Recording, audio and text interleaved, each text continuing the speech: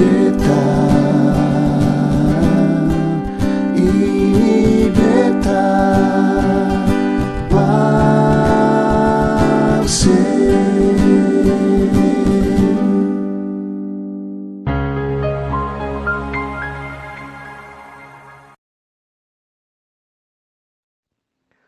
Saudara semua yang terkasih di dalam Tuhan Yesus Kristus, dimanapun saudara berada dan dalam situasi apapun, beta selalu akan mengingatkan supaya ketorang semua tidak pernah melupakan Tuhan. Dalam sukacita, dalam keberhasilan, jangan lupakan Tuhan.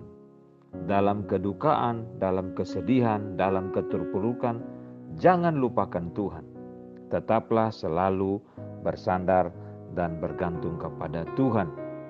Tuhan tetap memegang kontrol atas kehidupan kita.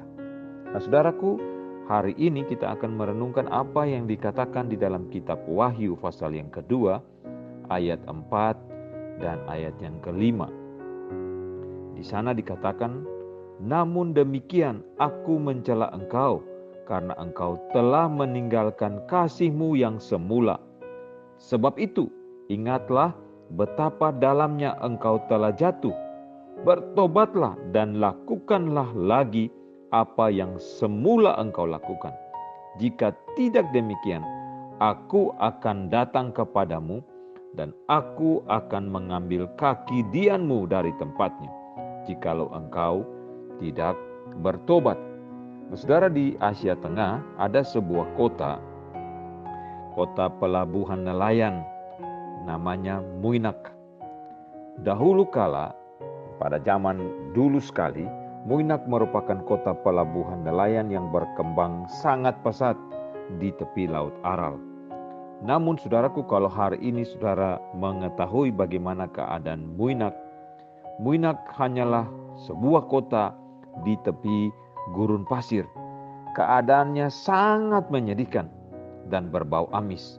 Banyak sekali terdapat lambung-lambung kapal atau kapal-kapal bekas yang sudah rusak dan berkarat, berderet-deret menutupi bukit-bukit pasir di kota Muinak.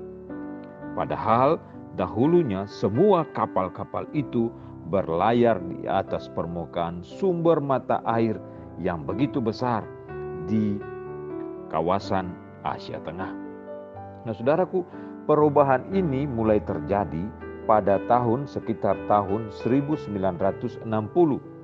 Saat itu perencanaan kota pemerintah Uni Soviet mulai membelokkan sumber mata air dari Laut Aral untuk mengairi perkebunan kapas terbesar di dunia. Saudaraku, pada waktu itu tidak seorang pun tahu bahwa kelak kebijakan itu ternyata menimbulkan kerusakan lingkungan yang sangat besar. Cuaca di situ berubah menjadi sangat panas. Musim bertanam menjadi 2 bulan lebih pendek dan 80% tanah perkebunan hancur diterjang oleh badai garam yang berasal dari dasar laut. Kejadian yang menimpa kota Muinak itu sama seperti dengan apa yang terjadi pada jemaat Efesus dalam apa yang kita baca dalam Efesus pasal 2 tadi. Saudaraku, kota Efesus atau jemaat di Efesus mengalami perkembangan rohani yang sangat pesat. Para orang percaya di kota Efesus malah mengalihkan perhatian mereka dari Kristus dan menyibukkan diri dengan berbagai pelayanan yang dilakukan atas namanya, atas nama Kristus. Saudara baca Wahyu pasal 2 ayat 2-4, saudara akan menemukan perubahan sikap dari fokus kepada Kristus kepada sebuah kesibukan yang hanya mengatasnamakan Kristus. Mereka tidak lagi memperhatikan hal terpenting dalam hubungan mereka dengan Kristus, yaitu kasih kepada Tuhan Yesus Kristus yang hanya ada di dalam hati mereka sebagai kasih mula-mula yang harus mereka perhatikan di dalam kehidupan pertumbuhan kerohanian mereka. Saudaraku, jemaat di Efesus mengalami keterpurukan secara rohani. Mereka telah kehilangan kasih-Nya yang mula-mula, karena fokus hidup mereka bukan lagi kepada Kristus yang menjadi Tuhan dan Juru Selamat di dalam kehidupan mereka. Tapi semua kesibukan rohani telah mengalihkan perhatian mereka daripada Kristus yang menjadi Tuhan dan Juru Selamat. Nah, saudaraku, hari ini bagaimana dengan kita? Adakah hal-hal di dalam kesibukan kerohanian kita, di dalam kesibukan keseharian kita, di dalam kesibukan pelayanan kita yang telah mengalihkan perhatian kita yang tertuju kepada Kristus, menyukacitakan Kristus, menyenangkan hati Tuhan? Tuhan, tolonglah supaya saudara dan saya bisa sungguh-sungguh kembali mengenali siapa kita di hadapan Tuhan dan bertobat dan khusus mengalihkan semua fokus dan perhatian kita bukan kepada kesibukan, tetapi memfokuskan hidup dan kehidupan kita, perhatian kita hanya tertuju mengasihi Tuhan. Mengasihi Tuhan, mengasihi Tuhan.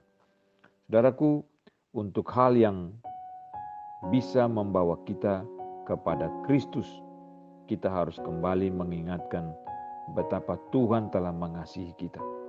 Dan ingatlah kembali terus-menerus dalam kehidupan kita, kasih kita yang mula-mula kepada Tuhan. Tuhan tolong kita supaya kita belajar untuk fokus kepada Tuhan, fokus kepada kasih Kristus, dan fokus kepada kemuliaan yang diperuntukkan untuk Tuhan. Bukan semua kesibukan di dalam kehidupan kita dan juga dalam kehidupan pelayanan kita. Tuhan tolong kita, Tuhan sertai kita, Tuhan berkati kita. Terpujilah Tuhan dari kekal sampai kekal.